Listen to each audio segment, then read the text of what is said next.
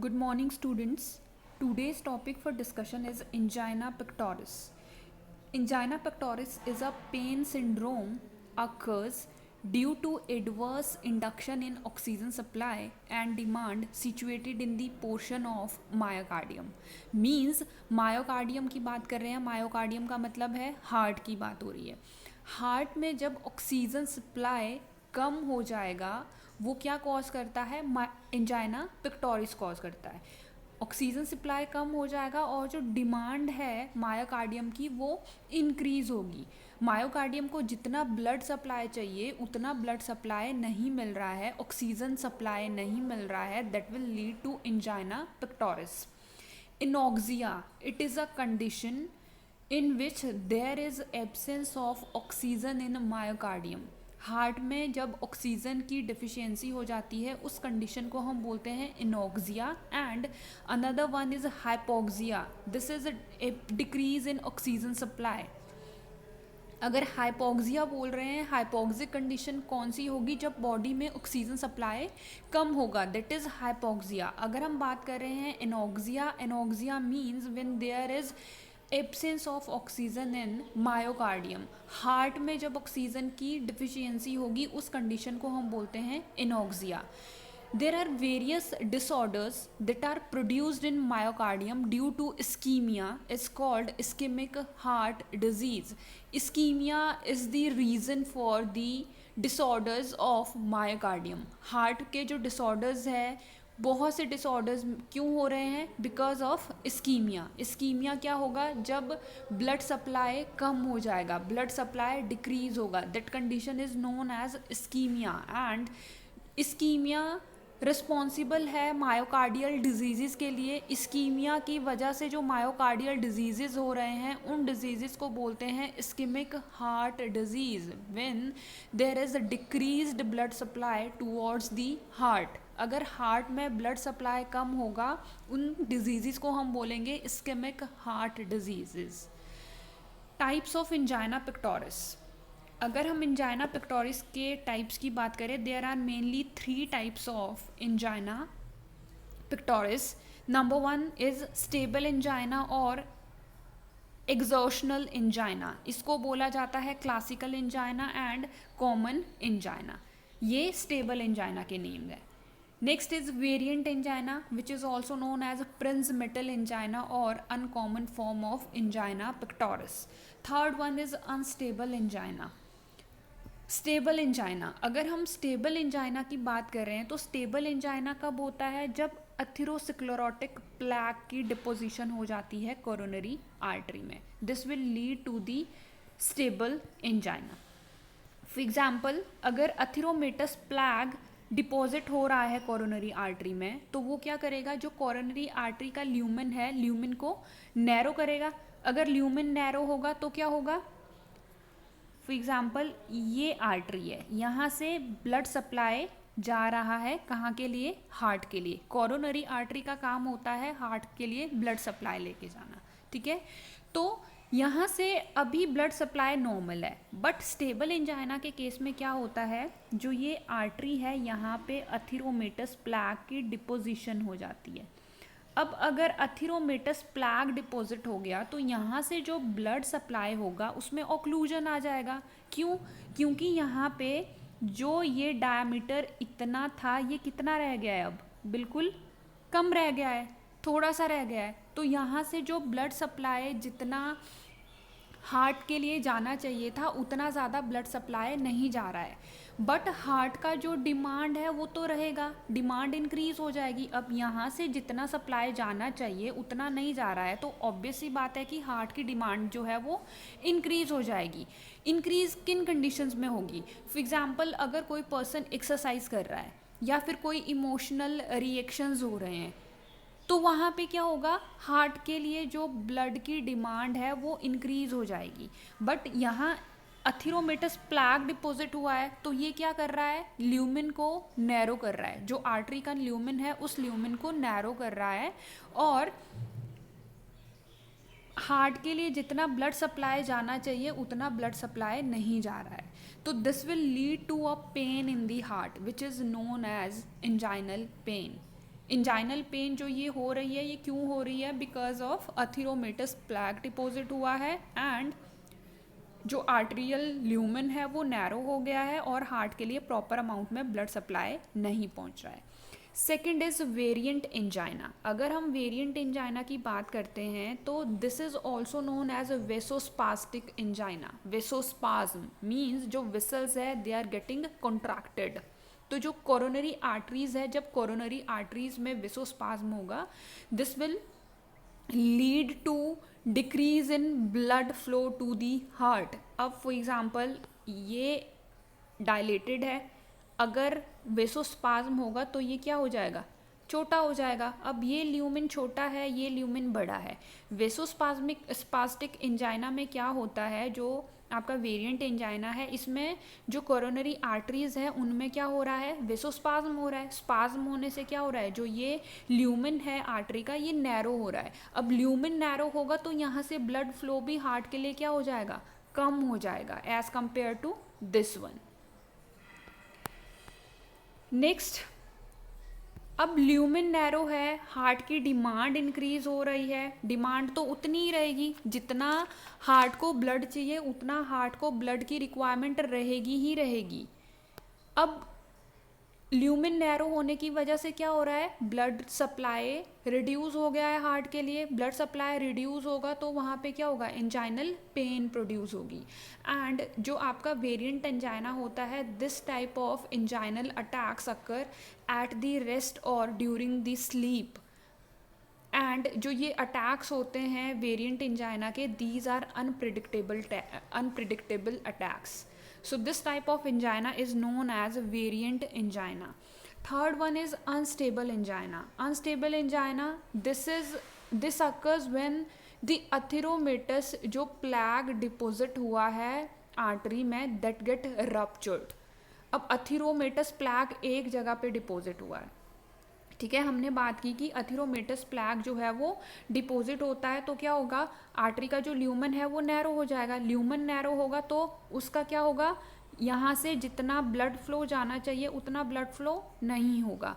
अब unstable angina के case में क्या होता है? जो ये प्लैक फॉर्म हुआ है यहाँ पे, जो ये है, ये रप्चर हो जाएगा। अब रप्चर होगा तो ये ऐसे रप्चर होगा, जगह जगह पे रप्चर होगा तो ये क्या करेगा? जो आपका रप्चर्ड ये प्लैक है, ये पूरा का पूरा कोरोनरी आर्टरी में ब्लड के साथ मूव करेगा, तो जो ब्लड फ्लो होगा वो यहाँ पे प्रॉपर नहीं होगा। तो जो अनस्टेबल एंजाइना है, it is a type of angina where atheromatous plaque get ruptured होगा और कोरोनरी आर्टरी को ब्लॉक करेगा। अब अगर ये अथीरोमेटस प्लैक एक जगह पे डिपॉजिट हुआ है तो यहाँ पे क्या हो रहा है? सिर्फ ल्यूमन नैरो हो रहा है। ल्यूमन नैरो हो रहा है तो नैरो ल्यूमन से ब्लड फ्लो होगा, ब्लड फ्लो कम होगा। बट इस केस में क्या हो रहा है? जो ये अथीरोमेटस प्लैक है ये रप्चर हो रहा है। रप्चर होके ये क्या करेगा? कोरोनरी आर्टरी को ब्लॉक कर देगा। Second, vasospasm of the coronary artery. Unstable angina में वेसोस्पाज्म भी होता है, जो कोरोनरी आर्टरीज होती है वो कंस्ट्रक्ट कर जाती है। So this unstable angina is a combination of both atherosclerotic plaque and vaso construction. Blood vessels भी कंस्ट्रक्ट हो रही है एंड अथीरोस्क्लेरोटिक प्लैक की फॉर्मेशन भी हो रही है। इस टाइप के एंजाइना को बोला जाता है अनस्टेबल एंजाइना पिक्टोरिस। अब जब ये दोनों कंडीशन होगी तो ब्लड फ्लो क्या हो जाएगा? हार्ट के लिए डिक्रीज हो जाएगा and this will also leads to the development of anginal pain. Next is pathophysiology. Angina pectoris का जो पैथोफिजियोलॉजी है, it is quite difficult to understand and इसको प्रॉपरली अगर एक्सप्लेन करें तो ये एक्सप्लेन कर सकते हैं हम on the basis of factors that are responsible for the decreased blood supply towards the heart.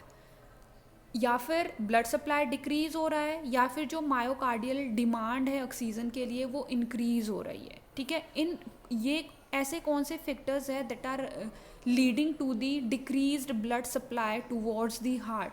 That factors are responsible for the anginal pen.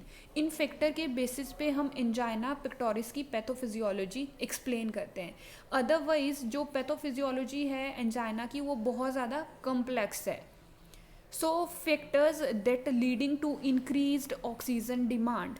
अब अगर हार्ट में ऑक्सीजन डिमांड इंक्रीज हो रहा है, ऑक्सीजन डिमांड बढ़ेगा तो क्या होगा, मीन्स कब बढ़ रहा है ऑक्सीजन डिमांड, जब हार्ट में ब्लड फ्लो प्रॉपर नहीं आ रहा है। अगर ब्लड फ्लो प्रॉपर नहीं है तो हार्ट की डिमांड तो बढ़ेगी, क्योंकि जो हमारी बॉडी के टिश्यूज़ हैं उनको तो ब्लड चाहिए। हार्ट का काम है ब्लड को पंप करना towards the body tissues, body organ. Different different organ में कैसे जा रहा है, जब हार्ट पंप करेगा तभी ब्लड जाएगा। अब अगर हार्ट में अपने पास ही ब्लड सप्लाई कम है तो हार्ट कितना ब्लड पंप करेगा, मीन्स अगर ब्लड सप्लाई कम है तो वहाँ पे ऑक्सीजन की डिमांड भी बढ़ेगी। तो सो factors that are responsible for the increased oxygen demands are MVO2, that is myocardial oxygen demand. The major determinant of MVO2 are heart rate, contractility and intramyocardial wall tension. Myocardial oxygen demand जो है ये major factor है कि oxygen demand बढ़ रही है। तो जो ये डिमांड है ये क्यों बढ़ रही है, या तो हार्ट रेट रिस्पॉन्सिबल है। हार्ट रेट अगर ज़्यादा है तो हार्ट जल्दी से पंप कर रहा है ब्लड, जितना अमाउंट टिश्यू को चाहिए उतना अमाउंट नहीं पहुंच रहा है। कंट्रैक्टिलिटी, जितना फास्ट कंट्रैक्टिलिटी होगी उतना कम अमाउंट में ब्लड इजेक्ट होगा। इंट्रा मायोकार्डियल वॉल टेंशन, जो मायोकार्डियल वॉल्स हैं उनके ऊपर कितना टेंशन लग रहा है, कितना प्रेशर लग रहा है, that is also responsible for the increased oxygen demand. Intra myocardial wall tension is most important factor. In this there is increased demand of oxygen against the fixed supply of blood. Wall tension is intraventricular pressure कितना है, जो walls हैं उनके ऊपर इंट्रावेंट्रिक्यूलर pressure कितना है, plus radius कितना ज़्यादा है अपॉन वॉल थिकनेस। ये जो फैक्टर्स है ये डिटरमाइन करते हैं कि मायोकार्डियल वॉल टेंशन कितनी है। And myocardial wall tension is the most important factor for the increased oxygen demand. Wall tension is increased due to ventricular dilation, that is radius of ventricle is increased. अब अगर ventricular dilation होगी तो wall tension बढ़ेगी। For example ये आपके ventricle, ये ventricle है, यहाँ पे अगर इस वेंट्रिकल में वेंट्रिकल अगर डायलेट करेगा मीन्स बड़ा हो रहा है वेंट्रिकल। अब यहाँ के लिए वेंट्रिकल के लिए जब ब्लड आ रहा है तो इसको फिलिंग के लिए ज़्यादा अमाउंट चाहिए, ब्लड का ज़्यादा अमाउंट चाहिए। जब तक ये फिल नहीं होगा तब तक यहाँ से ब्लड इजेक्ट नहीं होगा। तो ये क्या कर रहा है, वॉल टेंशन को इंक्रीज कर रहा है। इंक्रीज्ड सिस्टोलिक बीपी, अगर सिस्टोलिक ब्लड प्रेशर कंट्रैक्शन बढ़ेगी तो भी आपका वॉल टेंशन जो है ये इंक्रीज हो जाएगा। वॉल टेंशन इंक्रीज होगा, ये दोनों रीजंस है that are responsible for the increase in oxygen demand. Ventricle dilation, ventricle dilate हुए हैं, रेडियस बड़ा है वेंट्रिकल का, तो यहाँ पे जब तक वेंट्रिकल फिलिंग नहीं होगी तब तक वेंट्रिकल इजेक्ट नहीं करेगा ब्लड को।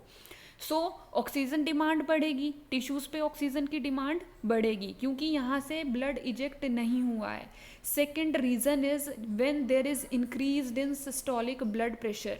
सिस्टोल और डायस्टोल दो कंडीशंस होती है, एक में कंट्रैक्शन होती है जब फीलिंग होगी और एक में डायलेशन होगी जब इजेक्ट कर लेगा, उसके बाद रिलैक्सेशन पे चला जाएगा, दैट इज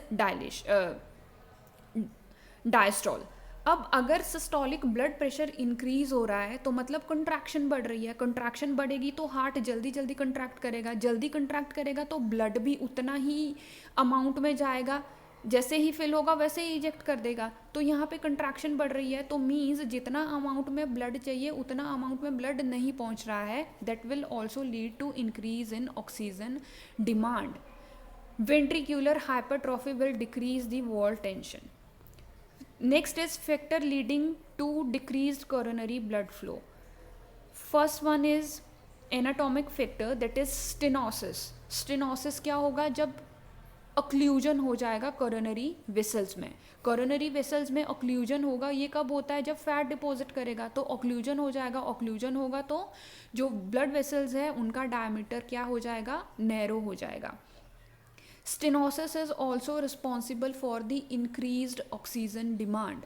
स्टेनोसिस होगा तो कोरोनरी वेसल्स में ऑब्स्ट्रक्शन होंगे that will decrease the diameter of the lumen. Lumen narrow हो जाएगा and resistance of the flow is directly offended by diameter of the lumen. अब अगर नॉर्मल वेसोडाइलेशन होगी तो blood flow without any resistance blood flow हो रहा है, normally blood flow हो रहा है. बट अगर स्टेनोसिस होगा तो एक जगह पे हो रहा है, अथेरोमेटस प्लैक डिपॉजिट हो रहा है, तो ब्लड फ्लो आ रहा है जहाँ पे स्टेनोसिस हुई है वहाँ पे अब क्या लगेगा? रेजिस्टेंस इंक्रीज हो जाएगा. रेजिस्ट करेगा ना, ब्लड फ्लो को रेजिस्ट करेगा क्योंकि एथिरोमेटस प्लैक डिपॉजिट हुआ है, तो ब्लड फ्लो वहाँ से धीरे धीरे होगा. डायमीटर, ल्यूमेन का जो डायमीटर है वो कम हो जाएगा. This will lead to obstructions, cause decreased blood supply and due to increased resistance to flow. अब देखो, अगर रेजिस्टेंस लगा है, ये ब्लड सप्लाई यहाँ से आ रहा है, ठीक है, इतना यहाँ पे जो ल्यूमेन का डायमीटर है वो इतना ज़्यादा है, इतना बड़ा है ल्यूमेन. अब यहाँ से जा रहा है, अगर आगे कोरोनरी वेसल में ऑब्स्ट्रक्शन हो जाए, स्टेनोसिस हो जाए, ये यहाँ पे फैट डिपॉजिट हुआ है, अब यहाँ से जो ब्लड सप्लाई आ रहा है, अब यहाँ से वो रेजिस्ट करेगा, रेजिस्टेंस बढ़ जाएगा, जो फ्लो का रेजिस्टेंस है वो बढ़ जाएगा, यहाँ से प्रेशर पड़ेगा तो फ्लो प्रॉपरली नहीं होगा. जब प्रॉपर यहाँ से ब्लड नहीं एंटर करेगा मायोकार्डियम में तो वहाँ पे क्या हो जाएगा? ऑक्सीजन की डिमांड जो है वो इंक्रीज हो जाएगी. ऑक्सीजन की डिमांड इंक्रीज होगी और ब्लड सप्लाई जो है वो क्या हो रहा है? रिड्यूस हो रहा है. और ये डिपेंड करेगा कि जो ये स्टेनोसिस है, स्टेनोसिस कितने स्पेस पे हो रहा है. अगर स्टेनोसिस जो ये फैट डिपोजिशन है ये कम है तो यहाँ से ब्लड फ्लो होगा. अगर फैट डिपोजिशन ज़्यादा है तो क्या होगा? ब्लड फ्लो उतना ही रेजिस्ट करेगा. तो ये किस पे डिपेंड कर रहा है? ये कर रहा है डिपेंड कि डिग्री ऑफ स्टेनोसिस कितना है, कितने एरिया को स्टेनोसिस ने कवर किया है. That will lead to the anginal pain. Basically जो ये स्टेनोसिस होता है, this occurs due to the atherosclerosis. Atherosclerosis जब होता है ल्यूमेन में, आर्टरीज में, तो आर्टरीज जो है वो नैरो हो जाती है और वहाँ से जो ब्लड फ्लो है वो डिक्रीज हो जाता है. Second is collateral blood flow. Collateral blood flow क्या होता है? जब आपका जो मेन आर्टरी है हार्ट के लिए ब्लड लेके जा रही है, अगर यहाँ पे स्टेनोसिस हो जाए, यहाँ से ब्लड सप्लाई नहीं जा रहा है, तो कोलेटरल आर्टरीज की जनरेशन होती है. मतलब स्मॉल ब्लड वेसल्स की फॉर्मेशन होती है by the process of angiogenesis. अब ये स्मॉल ब्लड वेसल्स क्या करेगी? हार्ट के लिए ब्लड लेके जाएगी. बट जो ये बाईपास हो रहा है ब्लड, ये और ज़्यादा अफेक्ट करेगा इस कोरोनरी आर्टरी को. जितना amount of blood coronary artery से हार्ट में जाएगा, उतना अमाउंट जो ये एंजियोजेनेसिस से स्मॉल ब्लड वेसल्स की फॉर्मेशन हुई है ये नहीं लेके जा पाएगी. So this will also affect the coronary flow, hence also leads to the ischaemia. Ischaemia होगा तो ब्लड फ्लो डिक्रीज हो रहा है, साथ के साथ में जो ऑक्सीजन है, ऑक्सीजन की सप्लाई भी डिक्रीज हो रही है, तो this will lead to the angina pectoris. अब देखो हमने क्या पढ़ा कि जो अथेरोस्क्लेरोसिस है, atherosclerosis is the reason for the obstruction of coronary artery. Obstruction होगी तो वो क्या करेगा? इस्कीमिया मीन्स यहाँ से ब्लड फ्लो डिक्रीज हो जाएगा. इस्कीमिया होगा तो ऑब्वियस सी बात है हाइपोक्सिया भी होगा, ब्लड फ्लो नहीं होगा, ब्लड नहीं जाएगा तो वहाँ पे ऑक्सीजन की भी डेफिशिएंसी होगी. हाइपोक्सिया हो गया. हाइपोक्सिया होगा तो वो क्या करेगा? ऑक्सीजन डिमांड बढ़ जाएगी, बट ऑक्सीजन की सप्लाई जो है वो कम है, this will lead to the angina pectoris.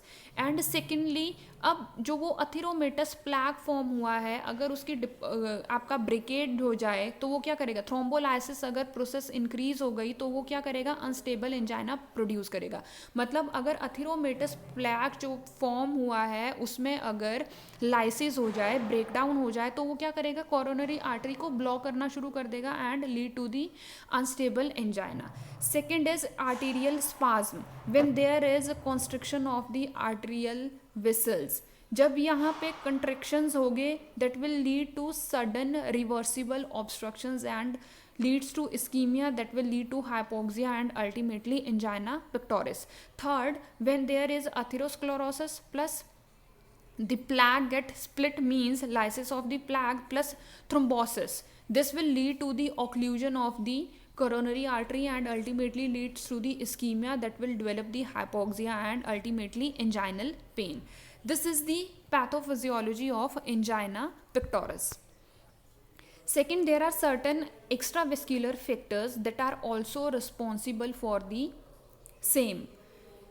For example perfusion pressure, perfusion pressure में अगर कोई डिफरेंसेस आ जाए that will lead to the increase in oxygen demand. Perfusion pressure होता है आपका difference between aortic pressure and coronary artery pressure. Aortic pressure क्या हुआ कि जब आपका ब्लड फ्लो हो रहा है हार्ट में, ब्लड फ्लो सबको पता है ब्लड फ्लो कैसे होता है, इस जो आपके सुपीरियर और इंफीरियर वेना केवा है वो सप्लाई करते हैं, वो लेके आते हैं ब्लड राइट एट्रियम में, राइट एट्रियम से जाएगा ट्राइकस्पिड वेल्व के थ्रू राइट वेंट्रिकल में, राइट वेंट्रिकल से जो ब्लड है वो पल्मोनरी, ये यहाँ से सुपीरियर और इन्फीरियर वेना केवा लेके आएगा कहाँ पे, राइट एट्रियम में। राइट एट्रियम में यहाँ पे बीच में क्या होगा, ट्राइकस्पिड वेल्व प्रेजेंट होगा, ट्राइकस्पिड वेल्व से जब ओपन होगा तो ब्लड आएगा आपका राइट वेंट्रिकल में। अब राइट वेंट्रिकल से पल्मोनरी वेल्व ओपन होगा एंड वो पास करेगा ब्लड को पल्मोनरी आर्टरी में, पल्मोनरी आर्टरी में पास होगा तो पल्मोनरी आर्टरी से ब्लड जाता है लंग्स में, लंग्स में ब्लड की प्यूरिफिकेशन होगी, प्यूरिफिकेशन के बाद जो प्यूरिफाइड ब्लड है that will enter into the pulmonary vein and pulmonary vein blood लेके आती है लेफ्ट एट्रियम में। लेफ्ट एट्रियम के बाद यहाँ पे प्रेजेंट होते हैं मिट्रल वेल्व्स, वो वेल्व्स ओपन होंगे एंड ब्लड आ जाएगा आपका लेफ्ट वेंट्रिकल में। देन लेफ्ट वेंट्रिकल से ब्लड जाता है, ऑर्टिक वॉल्व ओपन होगा एंड ऑर्टा में एंटर करेगा। अब हम बात कर रहे हैं आपका perfusion pressure. Perfusion pressure depend करता है कि आपका aortic pressure and coronary artery pressure में कितना डिफरेंस है, उस पर डिपेंड करता है। ऑर्टिक प्रेशर क्या हुआ, जब यहाँ से वेंट्रिकल ने ब्लड को इजेक्ट किया ऑर्टा में एंड अपने आप वेंट्रिकल कैसे हो गए, रिलैक्स हो गए, क्योंकि यहाँ पे फीलिंग होगी, अब यहाँ पे कंट्रैक्शन नहीं है, रिलैक्स हो गए, तो उस जो प्रेशर फील करता है aorta, this is known as aortic pressure. And coronary artery pressure होता है जब ऑर्टा से ब्लड जाता है आपका फर्दर आर्टरीज में एंड जो एंड डायस्टोलिक प्रेशर है उनके बीच का जो डिफरेंस है उसको बोलते हैं coronary artery pressure.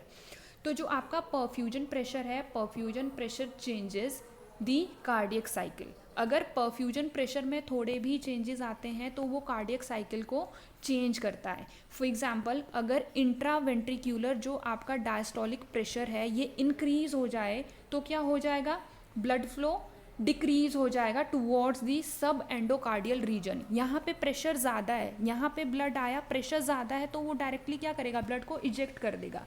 Blood eject हुआ तो जो आपके सब एंडोकार्डियल रीजन्स है वहाँ तक प्रॉपर अमाउंट में ब्लड नहीं पहुँचेगा, that will decrease the perfusion pressure.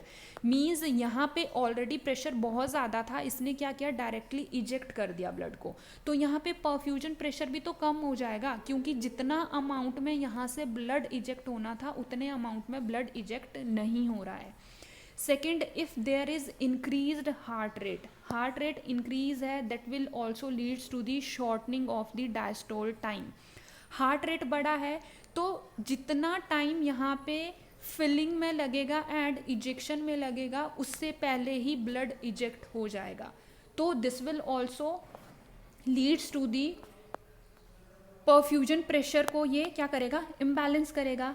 Third, decrease in perfusion pressure which is due to decrease in diastolic pressure in aortic arteries. अगर डायस्टोलिक प्रेशर डिक्रीज होता है तो आपका जो परफ्यूजन प्रेशर है वो भी डिक्रीज होगा। परफ्यूजन प्रेशर डिक्रीज होगा तो जो ब्लड सप्लाई टिश्यूज़ के लिए जाना है उतना अमाउंट में ब्लड सप्लाई नहीं जाएगा। अगर यहाँ से वेंट्रिकल्स प्रॉपर अमाउंट में ब्लड को इजेक्ट नहीं करेंगे तो हमारे जो आपका ऑर्गन्स हैं उनको प्रॉपर अमाउंट में ब्लड नहीं मिलेगा। तो परफ्यूजन प्रेशर अगर डिक्रीज हो रहा है उसका रीज़न क्या होगा, जब आपका डायस्टोलिक जो प्रेशर है या फिर ऑर्टिक आर्टरीज का जो प्रेशर है वो डिक्रीज होगा, वो अल्टीमेटली परफ्यूजन प्रेशर को भी डिक्रीज करेगा। Second is vascular factors. Vascular factors are also known as intrinsic factors.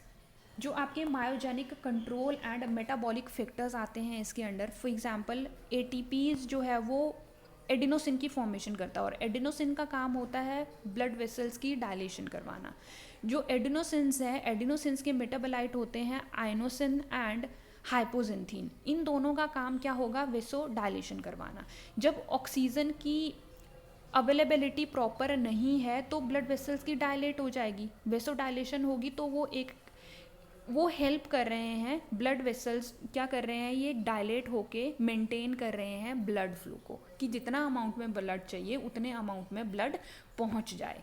Second is substances release from the vascular endothelium. जो हमारे वेस्क्यूलर एंडोथीलियल मेम्ब्रेन होती है वहाँ से बहुत से सब्सटेंसेस रिलीज होते हैं, like nitrous oxide, EDRF, EDHF and thromboxane. So these vascular endothelium helps in maintain of the blood flow by releasing various factors which causing vasodilation and vasoconstriction. If loss of vascular endothelium occurs, this will lead to the loss of protecting mechanisms. जो आपका vascular endothelium होता है, vascular endothelium का एक protective mechanism रहता है।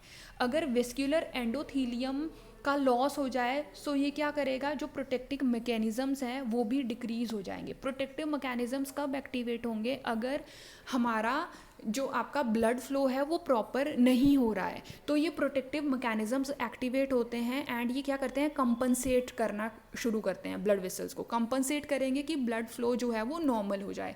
But अगर यही फेल हो गए तो ये अल्टीमेटली जो प्रोटेक्टिव मैकेनिज्म्स होंगे वो भी फेल हो जाएंगे। Third one is sympathetic stimulants. Sympathetic stimulants also cause the vasoconstriction और वेसोडाइलेशन. वेसोकंस्ट्रिक्शन कब होगी, जब अल्फा रिसेप्टर्स की एक्टिवेशन होगी. वेसोडाइलेशन कब होगी, अगर बीटा रिसेप्टर्स की एक्टिवेशन होती है.